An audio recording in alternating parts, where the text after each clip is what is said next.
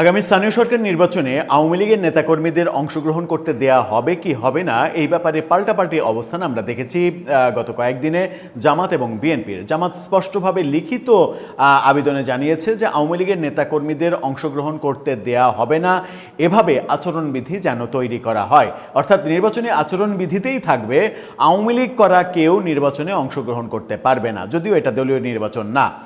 বিএনপির পক্ষ থেকে জানানো হলো যে কে নির্বাচনে অংশগ্রহণ করবে কে করবে না এটা নির্বাচন কমিশনের ব্যাপার, এটা আদালতের ব্যাপার, এটা আমাদের ব্যাপার না।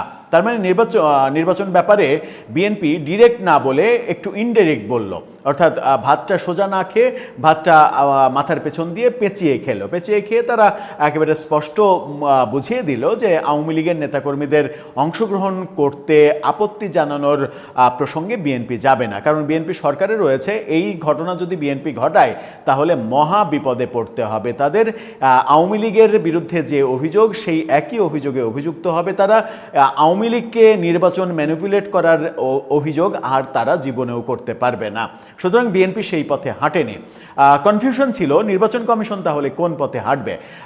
ডক্টর ইউনূসের তৈরি নির্বাচন কমিশন তারা কি ডক্টর ইউনূসের পরম বন্ধু জামাত এনসিপির পথেই হাঁটবে, নাকি সরকারি দল তারা যেভাবে ভাবছে সেই পথেই হাঁটবে? অতঃপর জানা গেল নির্বাচন কমিশনও তাদের আগের যে অবস্থান ছিল, মেটিকুলাস ডিজাইন তারা সাজানোর চেষ্টা করছিল, সেই অবস্থান থেকে যেমন ইউটার্ন করেছিল সেই ইউটার্ন অবস্থাতেই তারা থাকতে চাইছে।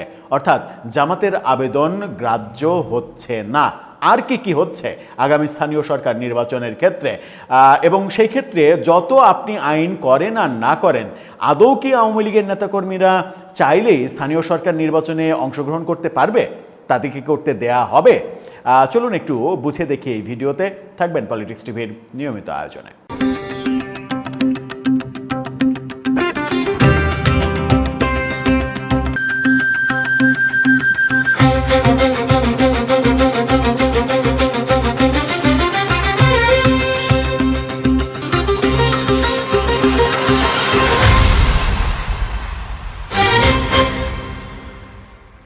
দর্শক, বলছিলাম আওয়ামী লীগের নেতাকর্মীদের স্থানীয় সরকার নির্বাচনে অংশগ্রহণ করতে দেয়া না দেয়া নির্বাচন কমিশন স্পষ্ট জানিয়ে দিয়েছে যে এই ব্যাপারটাতে জামাতের আবেদন তারা মানছে না।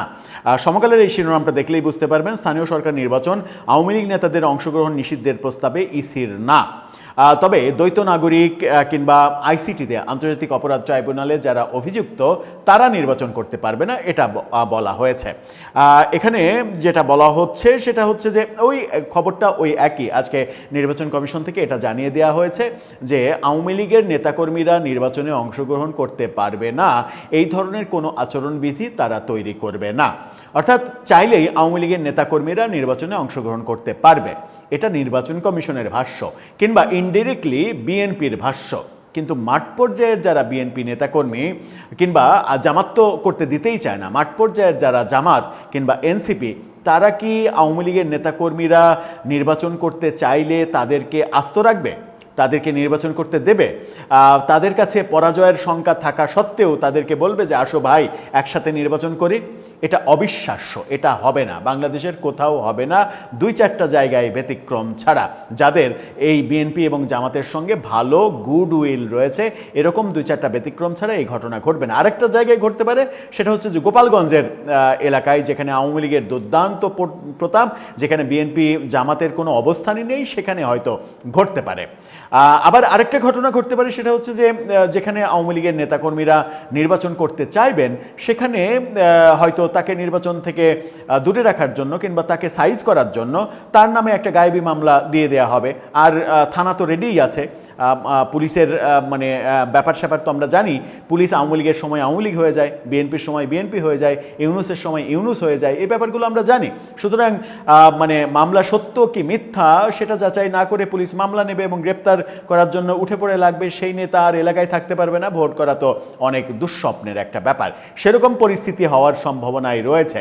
কিন্তু সেই পরিস্থিতি যদি হয় তাহলে সরকারকে আরও বিব্রতকর পরিস্থিতিতে পড়তে হবে।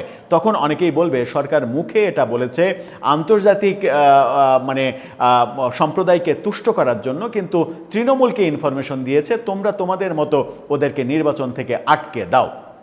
সেটা যদি প্রমাণিত হয় সরকারের জন্য বাজে অবস্থা তৈরি হবে। এই যে পরিস্থিতি, এই পরিস্থিতি থেকে উত্তরণের আদৌ কি কোনো পথ রয়েছে? আমার মনে হয় যে সেই পথটা কণ্টকাকীর্ণ, সেই পথটা খুব একটা আমরা দেখি না, বিশেষ করে বাংলাদেশের রাজনৈতিক পরিস্থিতিতে তো দেখেই না। কিন্তু সত্যি সত্যিই যদি তৃণমূল পর্যায়ে আওয়ামী লীগের নেতাকর্মীদের অংশগ্রহণ করতে দেয়া না হয়, তাহলে কি হবে? তাহলে আওয়ামী লীগের যারা ভোটার তারা কি করবে? স্থানীয় নির্বাচনে অবশ্য যেটা হয় সেটা হচ্ছে যে মুখ চেনাচেনিতে কিংবা এলাকার সম্পর্ক, এই ভিত্তিতেই নির্বাচনটা বেশি হয়।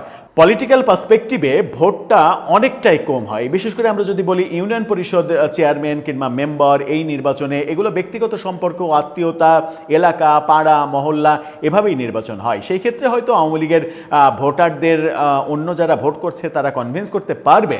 কিন্তু এই মুহূর্তে রাজনীতির যে অবস্থা, মানুষ এতটাই রাজনীতি সচেতন হয়ে পড়তে বাধ্য হয়েছে, যেখানে আওয়ামী লীগের ভোটাররা যদি বেঁকে বসে, আওয়ামী লীগের ভোটাররা যদি অল্টারনেটিভ কোনো পথ খুঁজতে চায়, তাহলে কিন্তু সেটা বিএনপির জন্য, জামাতের জন্য, সব পক্ষের জন্যই বিপদ হবে। তবে একটা লাভ হয়েছে বিএনপির, সেটা হচ্ছে জামাত যখন প্রকাশ্যে নির্বাচন কমিশনে অ্যাপ্লিকেশন দিয়েছে যে আওয়ামী লীগের নেতাকর্মীদের ভোটে অংশগ্রহণ করতে না দেওয়ার জন্য আচরণবিধি তৈরি করো, তখন এই বিএনপির এগেনেস্টে জামাতের পক্ষে স্থানীয় সরকারে আওয়ামী লীগের ভোট চলে যাবে, যে ভয়টা ছিল এর আগে পর্যন্ত, সেই ভয়টা পুরোপুরি কেটে গেছে জামাতের আচরণের কারণে।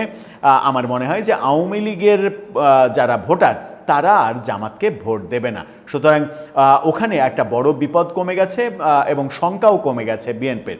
তবে বাংলাদেশে ভালো উদাহরণ যদি আপনি তৈরি করতে চান রাজনীতিতে, এবং সত্যিকার অর্থে আওয়ামী লীগের সমালোচনা যদি করতে চান, নিজেদের নৈতিক অবস্থান ঠিক রেখে, নিজেদেরকে আওয়ামী লীগের মতো না করে, তাহলে আওয়ামী লীগ যে কাজগুলো করেছে বলে আপনি বলছেন এবং সমালোচনা করছেন, খারাপ বলছেন, সেই কাজগুলো আপনি করবেন না, এটাই আমাদের প্রত্যাশা। স্থানীয় সরকার নির্বাচনটা উৎসবমুখর হোক, রাজনীতি, দলবাজি, এই ব্যাপারগুলোর ঊর্ধ্বে উঠি আমরা, সবাই মিলেমিশে ভোট করুক, এবং যে সমাজে যে রিকনসিলেশনের ব্যাপারটা বারবার উঠে আসছে, যারা অপরাধী না, অপরাধের সঙ্গে যাদের বিন্দুমাত্র সম্পর্ক নেই, তাদেরকে অযথা হয়রানি করে, তাদেরকে সমাজে ডমিনেট করে, নেগেটিভলি ডমিনেট করে তাদেরকে পরাস্ত করার যে চেষ্টা, সেই চেষ্টা আগামীর জন্য কোনো শুভ বার্তা, শুভ ইঙ্গিত বয়ে আনবে না, সেটা ব্যক্তির জন্য হোক কিংবা কোনো দলের জন্য হোক। দর্শক, আপনার ভাবনা এই ব্যাপারে জানিয়ে লিখতে পারেন আমাদের কমেন্ট বক্সে।